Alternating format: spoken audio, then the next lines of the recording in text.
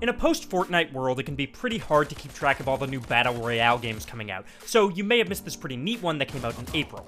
Radical Heights is now on Steam, and it takes many elements from its popular predecessors and remixes them into this 80s Los Angeles theme. And if you're thinking, hey, this all sounds like a cheap cash grab, well, actually, yeah, okay, it is, but it does bring some genuinely fun new ideas to the table. So what makes it unique? Here are 10 things you need to know about Radical Heights. Number 1, it's made by that guy who once named a Gears of War level after a scene from Garden State. Yes, Cliff Bleszinski, courtesy of his new studio, Boss Key Productions. And if that name sounds familiar, you might remember it because of Lawbreakers, a first-person shooter that a lot of people got mad about.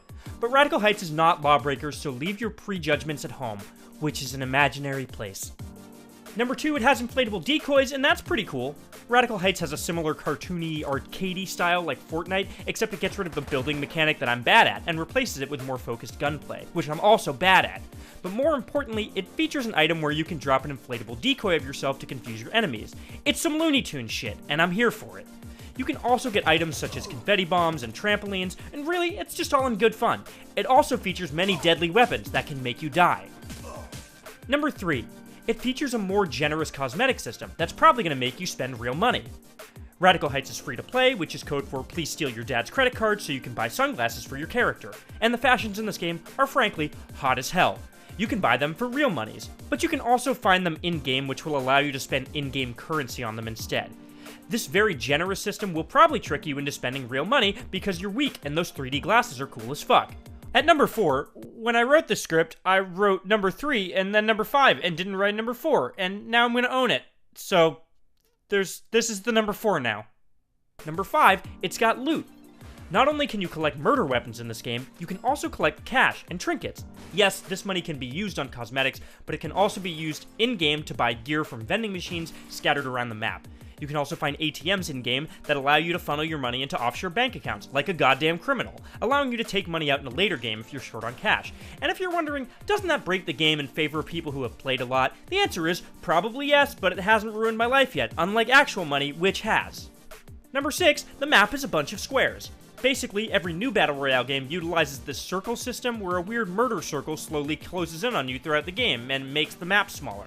Radical Heights bucks this trend by using this checkerboard pattern, blocking off full quadrants at a time as the game progresses. This system makes the game a little more unpredictable as squares get killed off at random, but don't worry, the endgame still revolves around a shrinking circle that kills people. Speaking of that, number 7, sound also gets you killed. One of the genuinely coolest parts of Radical Heights is its use of sound. The game takes a very risk-reward approach to sound design. For example, you can get a janky-ass wireless phone to call in a good supply drop, but that'll make a whole bunch of sound, potentially alerting players nearby to your location. The best example of this comes in the form of a Price is Right style prize room, which requires you to stand on a platform for a few seconds to open them as cheesy-ass game show music literally blares, letting everyone in the radius know that you done fucked up. Number 8, it's got bicycles, motherfucker. PUBG may have motorcycles and buggies, but those pale in comparison to Radical Heights' only vehicle, a regular old bicycle, and it's hype as hell. You can abandon all of your responsible resource collecting duties and just do hot tricks in the streets of LA.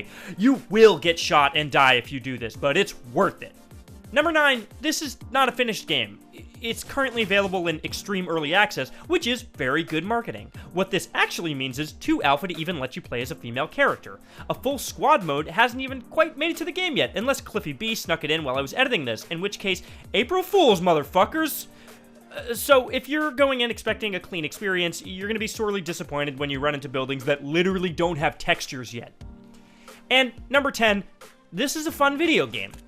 There's been a lot of bad press around this game since its launch, and it's not completely unfounded, but in all earnestness, Radical Heights is a really enjoyable take on the Battle Royale genre that wears its goofiness on its sleeve.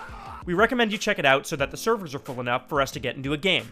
And when you buy it, let them know that we sent you, and they'll give it to you for free, because it's only available for free because it's free to play, so maybe you could let them know anyways, though.